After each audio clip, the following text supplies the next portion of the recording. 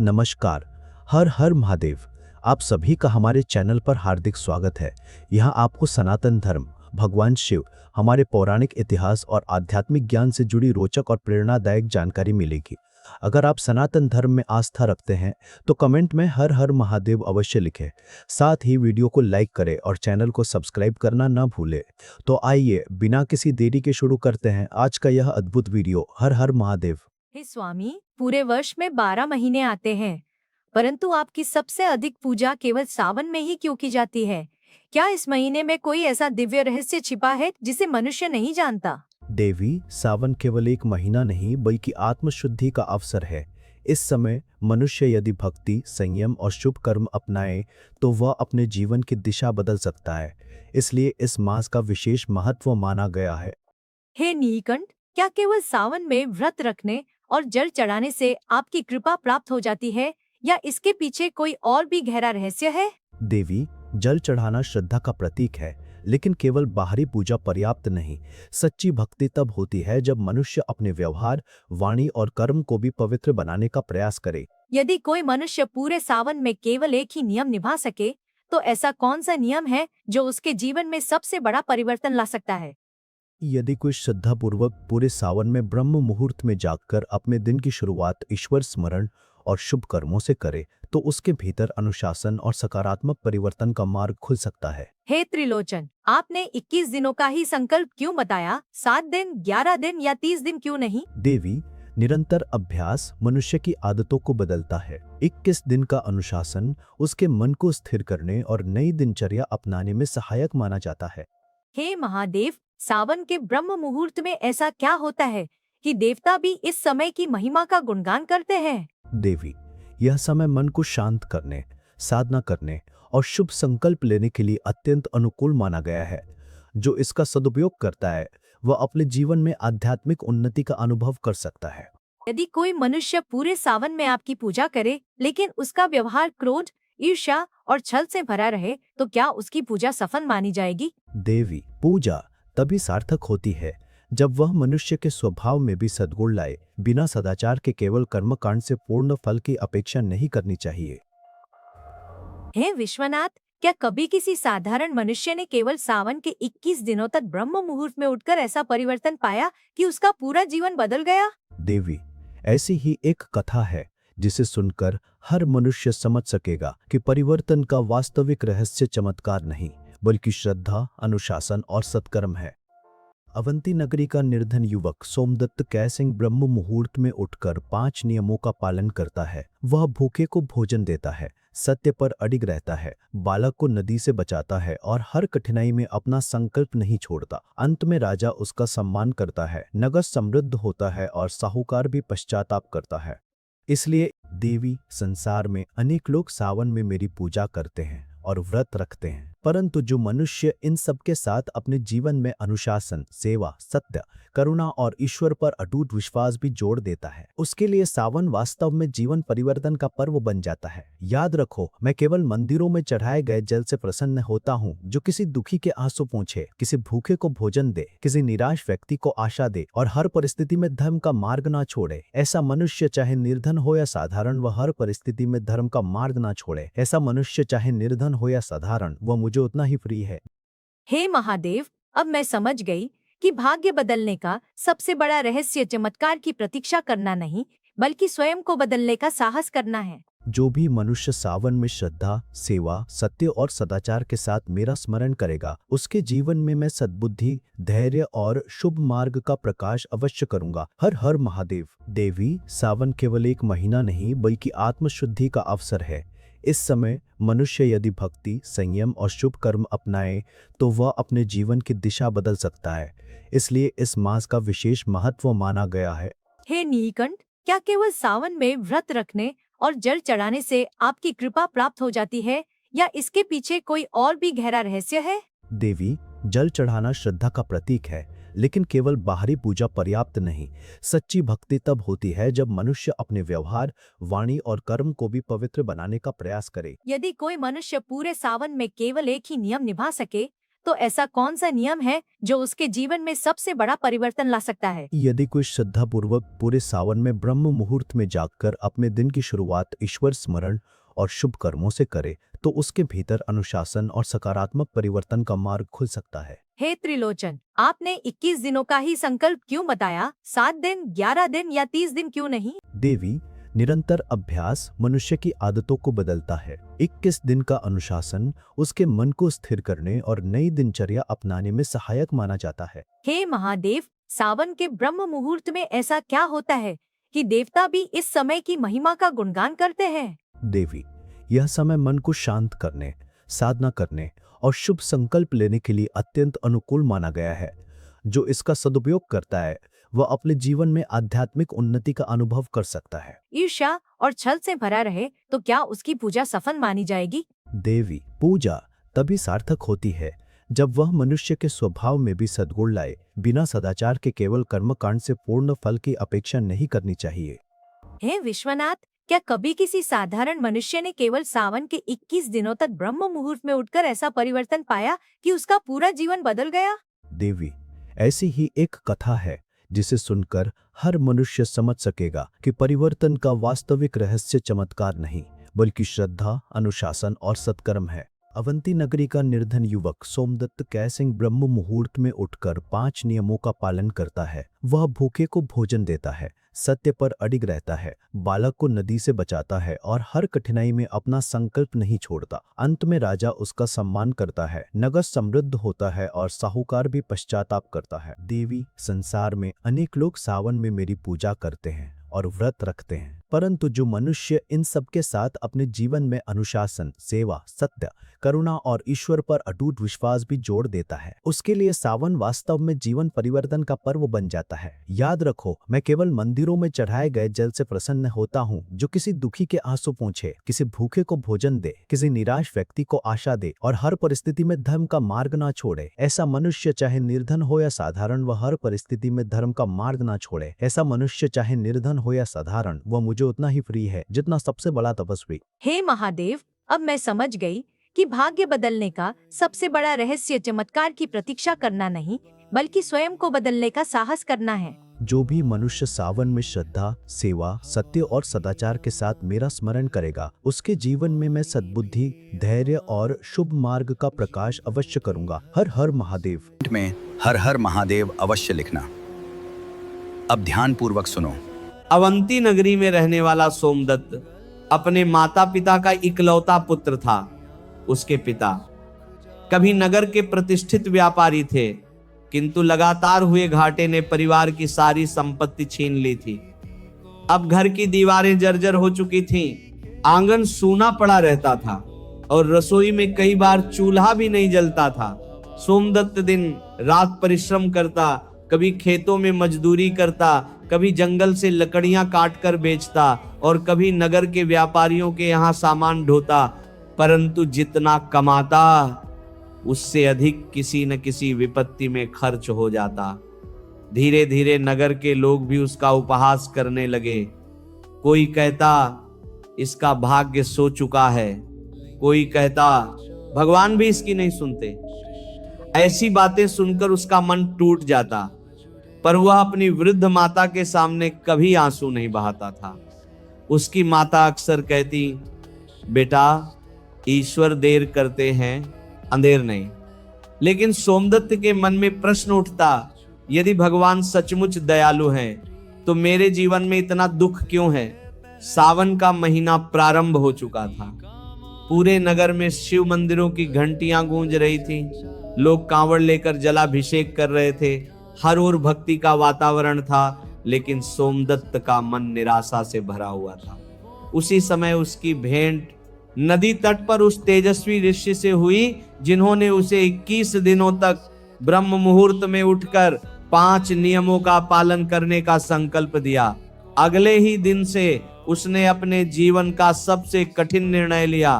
पहली भोर में जब वर्षा और तेज हवाओं के बीच उसकी आंख खुली तो उसका मन बार बार कहने लगा, इतनी ठंड में कौन उठे, एक दिन बाद से शुरू कर लेना।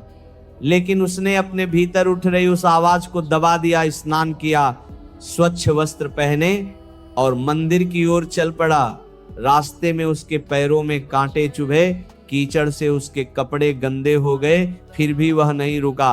मंदिर पहुंचकर उसने शिवलिंग पर जल चढ़ाया और पूरे मन से ओम नमः शिवाय का जप करने लगा। उस दिन पहली बार उसे ऐसा अनुभव हुआ मानो उसके भीतर वर्षों से जमा हुआ भय और बेचैनी धीरे धीरे शांत हो रही हो। मंदिर से बाहर निकला तो उसने देखा कि एक वृद्ध भिखारी कई दिनों से भूखा बैठा था। सोमदत्त के पास केवल 2 रोटियां थीं जो उसकी माता ने उसके लिए बांध कर दी थी। कुछ क्षणों के लिए उसके मन में विचार आया कि यदि ये रोटियां दे दूंगा तो दिन भर भूखा रहना पड़ेगा, लेकिन अगले ही क्षण उसे ऋषि का चौथा नियम याद आया, प्रतिदिन किसी एक जीव की निस्वार्थ सेवा करना। उसने बिना किसी संकोच के अपनी दोनों रोटियां उस वृद्ध को दे दी। वृद्ध ने कांपते हाथों से भोजन ग्रहण किया और उसकी आंखों से आंसू बह निकले। उन्होंने सोमदत्त को आशीर्वाद देते हुए कहा, वत्स, आज तुमने मुझे भोजन नहीं दिया, तुमने अपने भाग्य का द्वार खोला है। यह सुनकर सोमदत्त मुस्कुराया, लेकिन उसने इन शब्दों पर अधिक ध्यान नहीं दिया। वह पूरे दिन खाली पेट काम करता रहा। शाम तक उसका शरीर थककर चूर हो चुका था। जब वो घर लौटा तो उसकी माता ने पूछा, बेटा तुमने भोजन क्यों नहीं किया? सोमदत्त ने मुस्कुराकर बात टाल दी, क्योंकि वह अपनी सेवा का बखान नहीं करना चाहता था। रात को सोने से पहले उसने पूरे दिन का आत्मचिंतन किया। उसे लगा कि वर्षों बाद उसके मन में एक अनोखी शांति है। उसने भगवान शिव का स्मरण किया और अगले दिन भी यही नियम निभाने का संकल्प लिया, परंतु उसे यह नहीं पता था कि उसकी इस साधना पर केवल उसका आलस्य ही नहीं, बल्कि कुछ ऐसे लोग भी नजर रखे हुए थे जिन्हें उसका बदलता हुआ जीवन बिल्कुल पसंद नहीं आ रहा था। नगर का एक धनी साहूकार, जिसने वर्षों से सोमदत्त के पिता का अपमान किया था, ये जान चुका था कि सोमदत्त प्रतिदिन ब्रह्म मुहूर्त में मंदिर जाता है। उसके मन में एक दुष्ट योजना जन्म लेने लगी। उसने अपने सेवकों से कहा, यदि यह युवक ऐसे ही लोगों का विश्वास जीतता रहा तो एक दिन नगर में इसका सम्मान बढ़ जाएगा। इससे पहले कि ऐसा हो, इसकी परीक्षा ऐसी लो कि ये अपने संकल्प से ही टूट जाए। उधर सोमदत्त इन सब बातों से अनजान था। वो तो केवल भगवान शिव पर विश्वास करके अपने 21 दिनों की साधना में आगे बढ़ रहा था। लेकिन सावन का तीसरा दिन उसके जीवन में ऐसा तूफान लेकर आने वाला था जिसकी उसने कभी कल्पना भी नहीं की थी। और उसी दिन यह तय होना था कि उसका विश्वास बड़ा है या उसके सामने खड़ी कठिनाइयां। सावन का तीसरा दिन था। रात भर मूसलाधार वर्षा होती रही थी। बिजली की गड़गड़ाहट से पूरा आकाश कांप रहा था, लेकिन ब्रह्म मुहूर्त होते ही सोमदत्त की आंख स्वयं खुल गई। उसने भगवान शिव का स्मरण किया और उठने ही वाला था कि अचानक बाहर से घोड़ों की तेज आवाज सुनाई दी। कुछ ही क्षणों में नगर का वही धनी साहूकार अपने सेवकों के साथ उसके घर के सामने आ पहुंचा। उसके चेहरे पर घमंड और क्रोध साफ दिखाई दे रहा था। उसने ऊंचे स्वर में कहा, सोमदत्त, तुम्हारे पिता ने वर्षों पहले मुझसे ठन लिया था। आज सूर्यास्त तक पूरा ठन चुका दो, नहीं तो मैं ये घर भी अपने अधिकार में ले लूंगा। ये सुनते ही उसकी वृद्ध माता की आंखों से आंसू बहने लगे। सोमदत्त शांत स्वर में बोला, सेठ जी, मुझे कुछ समय और दे दीजिए, मैं मेहनत करके आपका एक एक पैसा लौटा दूंगा। लेकिन साहूकार हंस पड़ा और बोला, भाग्यहीन मनुष्य कभी जड़ नहीं चुका सकता, तुम्हारा भगवान भी तुम्हारी सहायता नहीं करेगा। ये कहकर वो चला गया, पर जाते जाते अपने सेवकों को आदेश दे गया कि यदि सूर्यास्त तक धन न मिले तो घर खाली करा दिया जाए। ये सुनकर पूरे परिवार में भय फैल गया।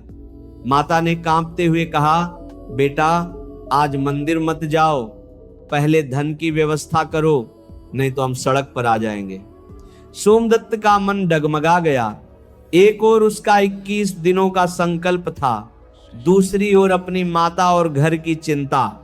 उसी समय उसे ऋषि की बात याद आई।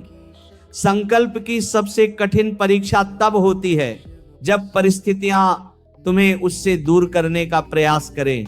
उसने अपनी माता के चरण स्पर्श किए और बोला, माँ, मैं पहले भगवान शिव के चरणों में जाकर प्रार्थना करूंगा, फिर पूरा दिन मेहनत करके धन की व्यवस्था करूंगा। यदि आज मैं अपने संकल्प से पीछे हट गया तो जीवन भर अपने आप पर विश्वास नहीं कर पाऊंगा।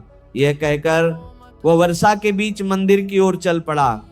रास्ते में कई लोग उसे देखकर हंसने लगे। कोई बोला, घर छीनने वाला है और इसे पूजा की पड़ी है। कोई बोला, भूखा आदमी भगवान से नहीं काम से पेट भरता है।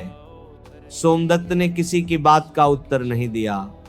मंदिर पहुंचकर उसने शिवलिंग पर जल अर्पित किया और पूरे मन से प्रार्थना की, हे महादेव, मुझे धन नहीं चाहिए, केवल इतना साहस दीजिए कि मैं किसी भी कठिनाई में सत्य और धर्म का मार्ग न छोड़ूं। जैसे ही उसने आंखें खोली, मंदिर के एक कोने में वही वृद्ध भिखारी बैठा दिखाई दिया जिसे उसने पहले दिन भोजन कराया था। वृद्ध मुस्कुराए और बोले, वत्स, आज भी क्या तुम्हारे पास किसी भूखे के लिए कुछ है? सोमदत्त के पास उस समय केवल एक मुट्ठी चने थे जिन्हें उसकी माता ने उसके लिए रखे थे। उसने बिना एक क्षण सोचे वे चने भी वृद्ध को दे दिए। वृद्ध ने प्रसन्न होकर कहा, जिसका विश्वास भूख से बड़ा हो जाता है उसका भविष्य भी भय से बड़ा हो जाता है। इतना कहकर वृद्ध धीरे धीरे मंदिर से बाहर चले गए। सोमदत्त को यह बात समझ नहीं आई, लेकिन उसके मन में अद्भुत शांति थी। वह पूरे दिन काम की तलाश में इधर उधर भटकता रहा। संयोग से उसे जंगल से दुर्लभ औषधीय लकड़ियां काटने का काम मिल गया। उसने बिना रुके देर शाम तक कठिन परिश्रम किया। लौटते समय उसे मजदूरी के रूप में अपेक्षा से अधिक धन मिला। वह प्रसन्न हुआ कि आज साहूकार को कुछ धन दे सकेगा। लेकिन जैसे ही वह घर लौट रहा था, उसने देखा कि नदी का तेज बहाव एक छोटे बालक को अपने साथ बहाकर ले जा रहा है। आसपास खड़े लोग केवल तमाशा देख रहे थे क्योंकि धारा बहुत प्रचंड थी। सोमदत्त के सामने एक कठिन निर्णय था। यदि वह बालक को बचाने नदी में कूदता तो उसके पास रखा धन बह सकता था और घर बचाने की अंतिम आशा भी समाप्त हो जाती। यदि वह धन बचाकर घर चला जाता तो एक मासूम का जीवन संकट में पड़ जाता। उसके मन में कुछ क्षण के लिए संघर्ष हुआ। फिर उसे भगवान शिव के बताए 5 नियमों में चौथा नियम याद आया, प्रतिदिन किसी एक जीव की निस्वार्थ सेवा करना। अगले ही पल उसने बिना अपने प्राणों की चिंता किए नदी में छलांग लगा दी। प्रचंड धारा उसे भी बहाने लगी। उसके हाथ से मजदूरी की पूरी पोटली छूटकर नदी में कहीं खो गई। लेकिन काफी संघर्ष के बाद उसने उस बालक को सुरक्षित किनारे पहुंचा दिया। लोग उसकी वीरता की प्रशंसा करने लगे, पर सोमदत्त के चेहरे पर मुस्कान नहीं थी। उसे केवल एक ही चिंता थी, अब साहूकार को धन कैसे देगा। वह भीगा हुआ, थका हुआ और खाली हाथ घर की ओर चल पड़ा। उसे ये बिल्कुल भी पता नहीं था कि जिस बालक का जीवन उसने बचाया है वह कोई साधारण बालक नहीं, बल्कि उसी राजा का इकलौता पुत्र था, जिसकी एक घोषणा अगले ही दिन पूरे नगर का भाग्य बदलने वाली थी। और उसी घोषणा में सोमदत्त का नाम सुनकर पूरा नगर आश्चर्यचकित रह जाने वाला था। अगली सुबह जैसे ही सूर्योदय हुआ, पूरे अवंती नगर में नगाड़ों की आवाज गूंजने लगी।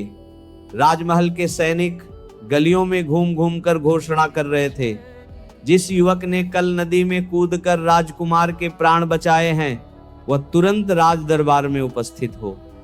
महाराज स्वयं उसका सम्मान करना चाहते हैं। यह समाचार सुनते ही नगर के लोग आश्चर्यचकित रह गए। जो लोग कल तक सोमदत्त का उपहास कर रहे थे वही आज उसके घर के बाहर इकट्ठा होकर उसके बारे में बातें करने लगे।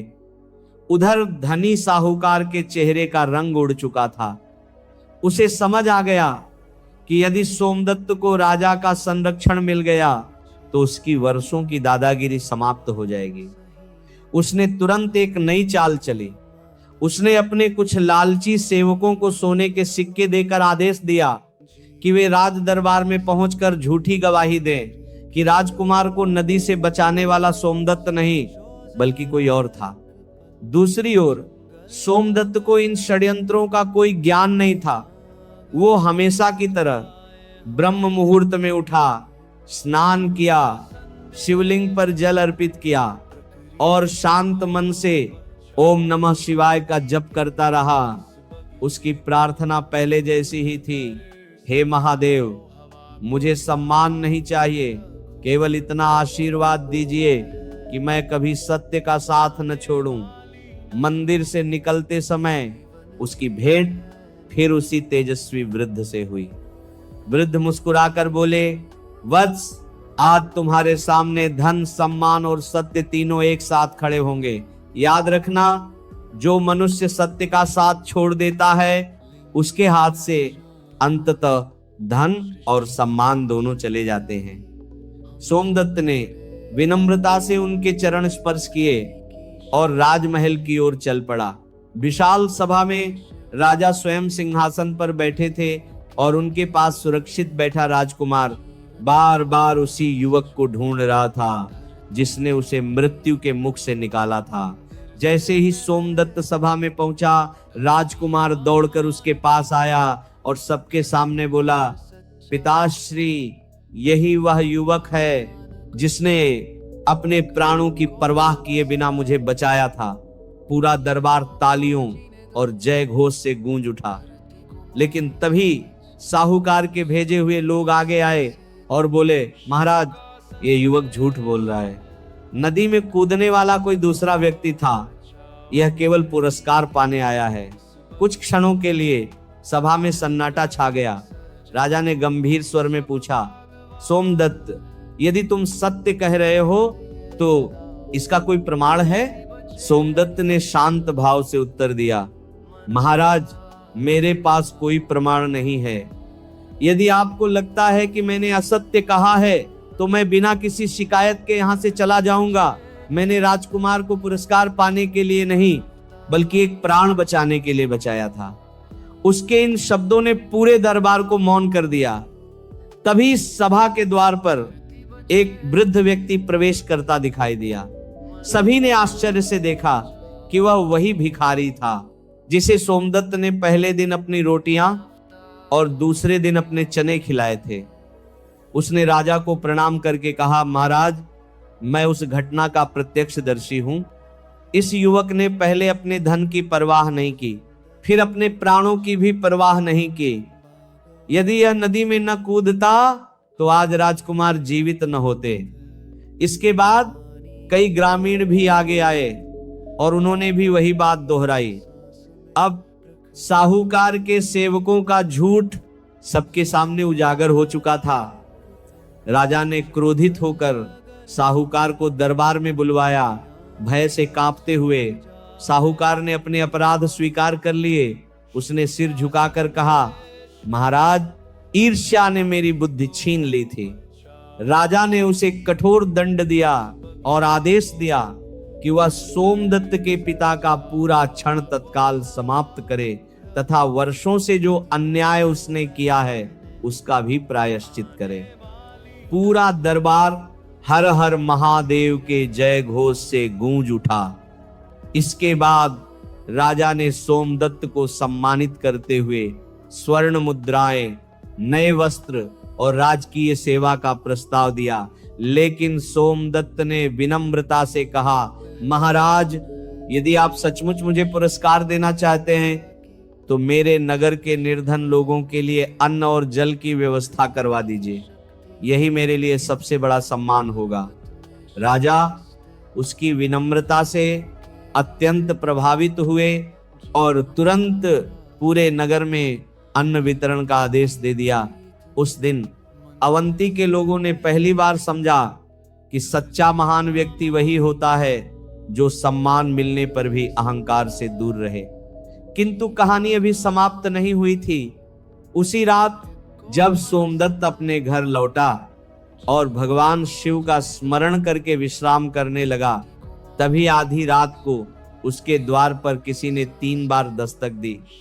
उसने द्वार खोला तो सामने वही रहस्यमय तेजस्वी ऋषि खड़े थे, पर इस बार उनके चेहरे से ऐसी दिव्य आभा निकल रही थी जिसे देखकर सोमदत्त स्वयं समझ गया कि वे कोई साधारण मनुष्य नहीं है। अगले ही क्षण ऋषि ने जो रहस्य प्रकट किया उसने सोमदत्त का ही नहीं, उसके पूरे जीवन का अर्थ बदल दिया। आधी रात का समय था, बाहर हल्की वर्षा हो रही थी और दूर कहीं मंदिर की घंटियों की ध्वनि वातावरण को और भी दिव्य बना रही थी। सोमदत्त ने जैसे ही अपने घर का द्वार खोला, सामने वही तेजस्वी ऋषि खड़े थे, परंतु इस बार उनके मुखमंडल से निकलने वाला प्रकाश साधारण नहीं था। पूरा आंगन एक अलौकिक आभा से भर गया। सोमदत्त तुरंत उनके चरणों में गिर पड़ा और बोला, गुरुदेव आप कौन हैं? ऐसा तेज मैंने आज तक किसी मनुष्य में नहीं देखा। ऋषि मुस्कुराए और बोले, वत्स, मनुष्य को उसके कर्मों की परीक्षा देने के लिए कभी कभी ईश्वर साधारण रूप धारण करके आते हैं। जिस वृद्ध भूखे को तुमने अपनी रोटियां दी, जिस भिखारी को तुमने अपने चने खिलाए और जिसने दरबार में तुम्हारे पक्ष में सत्य कहा, वह कोई और नहीं, मैं ही था। मैं तुम्हारे हृदय की परीक्षा ले रहा था। यह सुनते ही सोमदत्त की आंखों से आंसू बहने लगे। उसने कांपते स्वर में कहा, गुरुदेव मैंने तो केवल अपना कर्तव्य निभाया था। ऋषि बोले, यही तुम्हारी सबसे बड़ी शक्ति है। तुमने कभी सेवा के बदले फल नहीं मांगा, कभी भक्ति के बदले धन नहीं मांगा और कभी कठिन परिस्थितियों को अपने विश्वास से बड़ा नहीं माना। यही कारण है कि भगवान शिव की कृपा तुम्हारे ऊपर हुई। इतना कहकर ऋषि ने अपना दाहिना हाथ सोमदत्त के सिर पर रखा। उसी क्षण उसे ऐसा अनुभव हुआ मानो उसके भीतर का सारा भय, निराशा और अज्ञान समाप्त हो गया हो। उसका मन अद्भुत शांति से भर उठा। ऋषि बोले, वत्स याद रखना, सावन का वास्तविक रहस्य केवल जल चढ़ाने में नहीं, बल्कि अपने भीतर के अहंकार, आलस्य, क्रोध, लोभ और स्वार्थ को भगवान शिव के चरणों में समर्पित करने में है। जो मनुष्य 21 दिनों तक निरंतर अनुशासन, सेवा, सत्य, आत्मचिंतन और ईश्वर स्मरण का अभ्यास करता है, वह धीरे धीरे स्वयं बदलने लगता है और जब मनुष्य बदल जाता है तब उसका भाग्य भी बदलने लगता है। यह कहकर दृश्य उसी प्रकार अदृश्य हो गए जैसे वे पहली बार प्रकट हुए थे। अगले दिन जब पूरा नगर जागा तो लोगों ने देखा कि सोमदत्त पहले जैसा निर्धन युवक नहीं रहा, बल्कि उसके चेहरे पर ऐसा तेज था जो धन से नहीं, साधना से प्राप्त होता है। राजा ने उसे राज्य के अन्न भंडार और जन सेवा का दायित्व सौंप दिया, क्योंकि उन्हें विश्वास था कि जो व्यक्ति अपने हिस्से का भोजन भी भूखे को दे सकता है, वह कभी जनता के साथ अन्याय नहीं करेगा। कुछ ही वर्षों में अवंती नगर समृद्ध होने लगा। निर्धनों के लिए अन्न भंडार खुल गए, यात्रियों के लिए धर्मशालाएं बनवाई गई, कुएं खुदवाए गए और हर सावन में हजारों लोगों के लिए निःशुल्क भोजन और जल की व्यवस्था होने लगी। वही साहूकार जिसने कभी सोमदत्त का अपमान किया था, एक दिन लज्जित होकर उसके चरणों में आया और बोला, मुझे क्षमा कर दो, मैंने धन के अहंकार में अंधा होकर तुम्हारे साथ अन्याय किया। सोमदत्त ने उसे तुरंत उठाकर गले लगा लिया और कहा, जिस दिन मनुष्य अपनी भूल स्वीकार कर लेता है, उसी दिन उसका नया जीवन शुरू हो जाता है। यह सुनकर साहूकार की आंखों से भी पश्चाताप के आंसू बहने लगे। वर्षों बाद जब सावन का वही पावन महीना फिर आया तो पूरा नगर ब्रह्म मुहूर्त में उठकर भगवान शिव की आराधना करने लगा। लोग कहते थे कि इस नगर का परिवर्तन किसी चमत्कार से नहीं, बल्कि एक युवक के अटूट विश्वास और उसके सत्कर्मों से हुआ है। कथा समाप्त करते हुए भगवान शिव ने माता पार्वती की ओर प्रेम पूर्वक देखा और बोले, देवी, संसार में अनेक लोग सावन में मेरी पूजा करते हैं, जल चढ़ाते हैं और व्रत रखते हैं, परंतु जो मनुष्य इन सब के साथ अपने जीवन में अनुशासन, सेवा, सत्य, करुणा और ईश्वर पर अटूट विश्वास भी जोड़ देता है, उसके लिए सावन वास्तव में जीवन परिवर्तन का पर्व बन जाता है। याद रखो, मैं केवल मंदिरों में चढ़ाए गए जल से प्रसन्न नहीं होता, बल्कि उस हृदय से प्रसन्न होता हूं जो किसी दुखी के आंसू पोंछे, किसी भूखे को भोजन दे, किसी निराश व्यक्ति को आशा दे और हर परिस्थिति में धर्म का मार्ग न छोड़े। ऐसा मनुष्य चाहे निर्धन हो या साधारण, वह मुझे उतना ही प्रिय है जितना सबसे बड़ा तपस्वी। यह सुनकर माता पार्वती ने श्रद्धा पूर्वक भगवान शिव के चरणों में प्रणाम किया और बोली, हे महादेव, अब मैं समझ गई कि भाग्य बदलने का सबसे बड़ा रहस्य चमत्कार की प्रतीक्षा करना नहीं, बल्कि स्वयं को बदलने का साहस करना है। भगवान शिव ने मुस्कुराते हुए समस्त संसार को आशीर्वाद दिया और कहा, जो भी मनुष्य सावन में श्रद्धा, सेवा, सत्य और सदाचार के साथ मेरा स्मरण करेगा, उसके जीवन में मैं सद्बुद्धि, धैर्य और शुभ मार्ग का प्रकाश अवश्य करूंगा। हर हर महादेव।